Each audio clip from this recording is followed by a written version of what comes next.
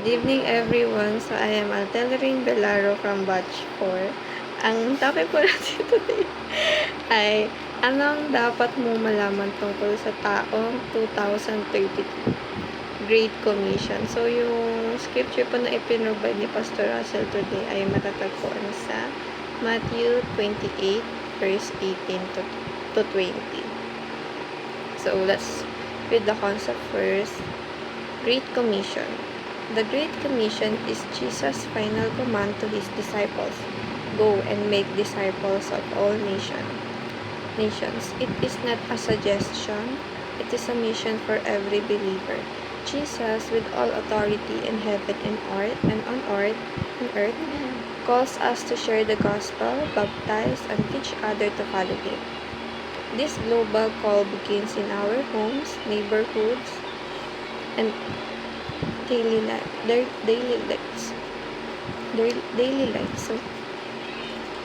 So, ang gusto kong pinapating po nito ni Pastor Russell dito ay yung palagi kong sinasabi na everyday is a blessing kasi po ang Panginoong Diyos po ay hindi pa siya kasi po sa bagay kaya niya magpupo ngayon mismo, bukas, mamaya, sa susunod na araw. Pero hindi niya po ginagawa. Mayroon pong perfect timing ang Panginoon sa lahat ng bagay. At alam po ng Panginoon kung kailan po yung perfect timing ngayon. At ang sa ganun, gusto niya kasi marami pang tao yung makakilala. Mas lumawak pa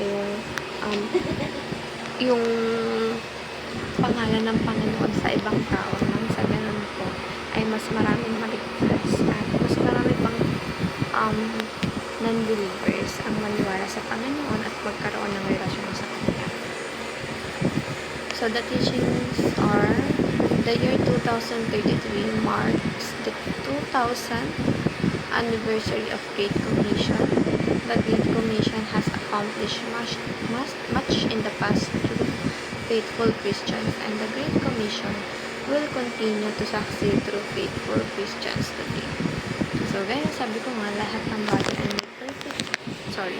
may perfect timing. Ang Panginoon lamang po ang nakakaalam ng araw na yun or oras na yun. And the applications here are join the GC 2033 Mission Campaign, start a discipleship group, or micro churches, or pour out yourself into this mission. So, kabilang po tayo sa mission na to, hindi po ito parang pinagawa lang dahil wala lang. Ito po ay mission ng bawat tao, lalo na ang mga Kristiyano, na maipahayag po yung salita ng Panginoon na sa ganun hindi lang tayo yung makakakilala sa Diyos. At hindi lang po tayo yung may relasyon sa Kanya. Dahil sa ganun, hindi lang po tayo yung maliligtas. Or kailangan natin mapalawak sa ibang tao na ang Panginoon Diyos ay isa lang at siya lang dapat ang ating pupurihin at wala na pong ibang tao. So, we should acknowledge Him, praise Him, glorify Him, and worship Him sa lahat ng bagay. Nang sa ganun po ay mas lumalim tayo sa Kanya, mas magkaroon tayo ng deep connection sa Kanya, at mas magkaroon tayo ng communication sa Panginoon.